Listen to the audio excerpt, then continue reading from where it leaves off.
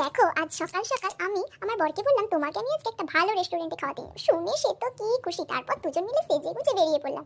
আর বেরিয়ে এসেই আমি যে আমাদের রেলগেটটার সামনে এসে দাঁড়িয়ে গেলাম বাস স্টপেজটা, সে তো কিছুতেই আসতে চায় না। আমি বারবার তাকে ডাকছি আর দেখো সে আসছেই না। বলে কোথায় যাবে বলো, না বললে আমি কিন্তু যাবো না। আমি বললাম তোমার জন্য তো সারপ্রাইজ আছে, তাও দেখো সে আমার কথা না শুনে মুখটা কেমন হতাশ করে আছে, ভাবছে ভালো রেস্টুরেন্ট তো এইদিকে নেই। আর ওইদিকে দেখো আমার বাসটাও কিন্তু চলে এসেছে, দেখে তো আমি কি খুশি। কিন্তু একদিকে ভাবছি আদেও বাসে উঠবে তো, সে তো কিছুতেই বলে আমি ওই বাসে উঠবো না, কারণ ওইদিকে তো বড় রেস্টুরেন্ট নেই।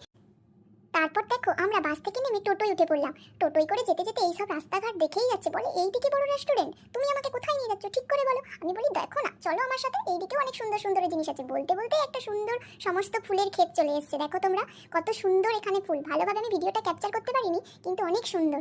তারপরেই দেখো যেই আমরা সেই আসল জায়গায় চলে এসেছি, অমনি তার রিয়াকশনটা তোমরা যদি দেখতে, সে তো কিছুতেই ঢুকবে না। বলে তুমি কাদের বিয়ে বাড়িতে আসছো বলো। আমি বলি চলোই না কাদের বিয়ে বাড়ি, আমার সাথে তুমি আসো। আমি তো তাকে টানতে